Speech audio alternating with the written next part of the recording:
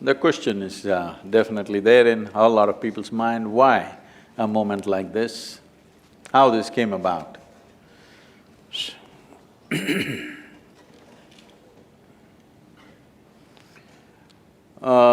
the last 36 years that I've been active with people, there's one constant refrain from people. Thousands of people have asked me the same question. That is, Sadhguru, when I was 20, where the hell were you? You came when I'm 60. If you came when I was 20, I would have done this, that and something else. I've been hearing this from so many people continuously. So we thought we will step out and talk to people who are below 25 years of age. And that's why Youth and Truth. And the fundamental of this is, see what we call as life. This life, you may have so many ideas about it, so many emotions and thoughts about it, but essentially this life is a certain combination of time and energy.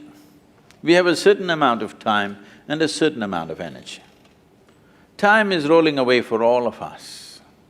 If you sit here, it rolls, if you do something, it rolls, if you sleep, it rolls, if you're awake, it rolls. Whether in wakefulness or sleep, in work or laziness, whichever way, in dynamism or lethargy, time is rolling for everybody. In Tamil, there's the term that is used for death is kalamaittanga. It means his time got over. Such an appropriate description. After all, that's all that happened, time got over. So time is getting over for all of us. As we sit here, it's not the clock which is ticking, it is our life which is ticking away. You cannot control it, you can't slow it down, you can't roll it back, no choice about this. It rolls forward for all of us, no matter what we do or we don't do. But energy is something we can manage.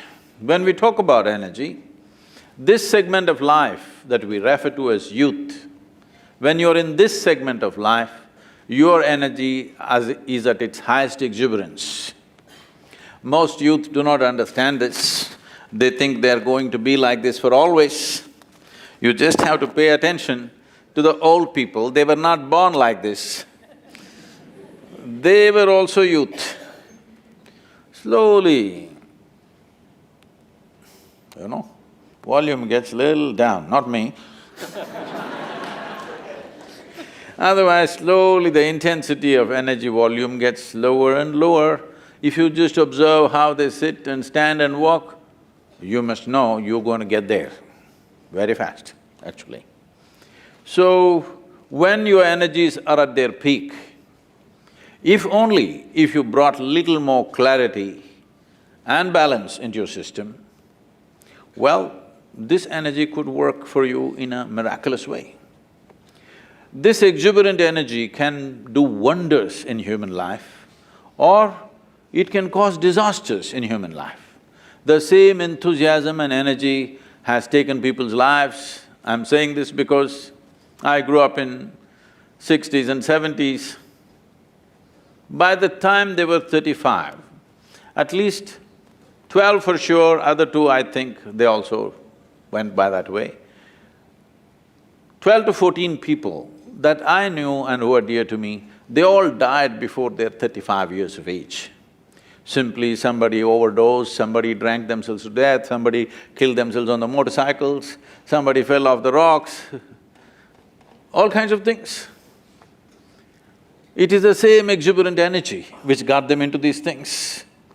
The same exuberant energy, if it had little more balance and clarity, they could have done wonders. But unfortunately this happened. It's not only in terms of death, it happens in so many different ways. Disaster is not always in the form of death. Life didn't take off, that itself is a disaster. So, when you look at this, see, every human being, every individual has an innate genius within them. The question is only, will they find an appropriate ambience within themselves and around themselves to unfold their genius? This, unfortunately, in this world does not even happen to 1% of the population. This is my estimate. In your institution, if it is more, you must tell me. But generally, in the larger population, not even 1% of humanity manages to unfold their genius, simply because concerns of earning a living, survival, some nonsense takes them up, they fall in love, something happens. Either outside situations don't cooperate or inside situations don't cooperate. So, what I'm looking at is, if we can increase this percentage, let's say in this generation from 1% to 10%, we will have a phenomenal world. Because you cannot create a great world or a great nation or a great society, you can only create great human beings. If you create great human beings, great societies and nations and world will happen. It's a consequence. We cannot create the consequence, but the source of this is human genius must unfold.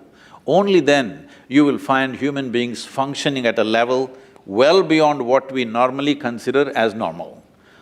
It should become normal. It's normal for a flowering plant to blossom. Similarly, it must be normal for a human being to unfold and blossom their genius, because it's innate.